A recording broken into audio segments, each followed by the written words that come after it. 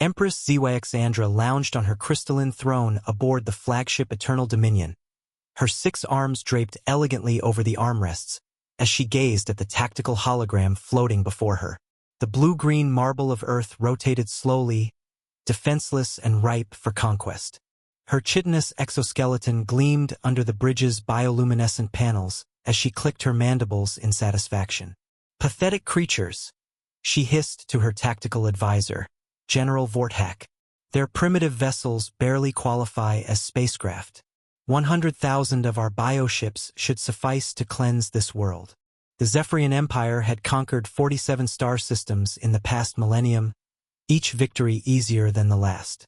Their living ships, grown rather than built, possessed regenerative hulls and organic weaponry that adapted to enemy tactics.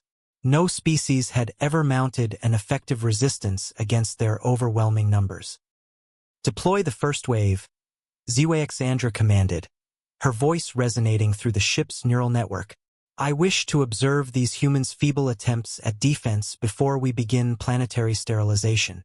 50,000 bioships descended toward Earth's atmosphere, their membranous wings spreading wide as they prepared to unleash their plasma bombardment.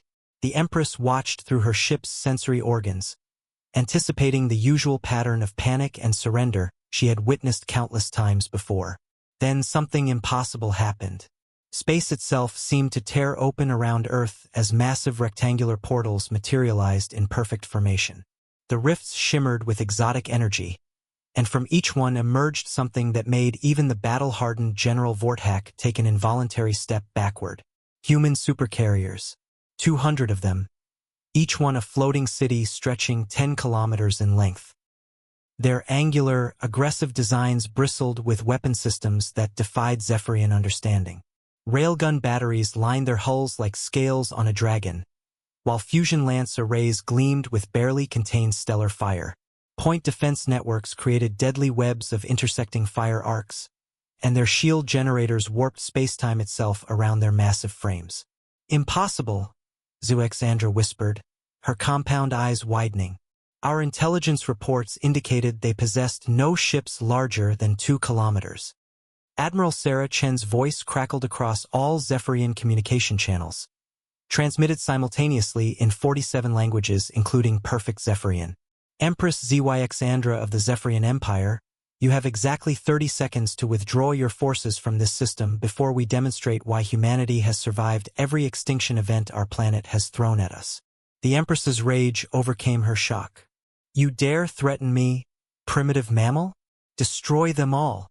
What followed was not a battle but a systematic dismantling of Zephyrian arrogance.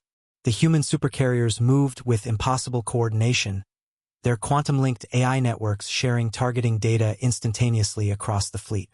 Relativistic kill vehicles launched from their magnetic accelerators struck bioships before the aliens could even register the attack. Fusion lances carved through living hulls like surgical scalpels, while swarms of autonomous drones adapted to Zephyrian bioship regeneration patterns faster than the organic vessels could evolve countermeasures. Within 17 minutes, 49,000 bioships had been reduced to expanding clouds of superheated plasma. "Retreat!" Zyxandra shrieked, her composure finally cracking. "All ships, retreat to hyperspace." But the human fleet had anticipated this. Gravity well generators activated around the surviving Zephyrian forces, creating space-time distortions that prevented faster-than-light travel. The aliens found themselves trapped in a perfectly orchestrated killing field. "We tried to warn you," Admiral Chen's voice echoed across the battlefield. "Humanity doesn't make idle threats. We make promises." As the last of her invasion fleet was systematically eliminated, Empress Zyxandra realized the fatal flaw in her species' approach to conquest. They had always relied on overwhelming numbers and biological adaptation, never considering that some species might choose technological innovation over evolutionary superiority. The human supercarriers began moving toward the Eternal Dominion, their weapon systems charging for what would clearly be the final engagement. For the first time in her 300-year reign, the Empress of the Zephyrian Empire understood what her victims had felt in their final moments. The arrogance that had carried her species across the galaxy would die here, in the cold void above a blue world whose inhabitants had just announced their arrival on the galactic stage.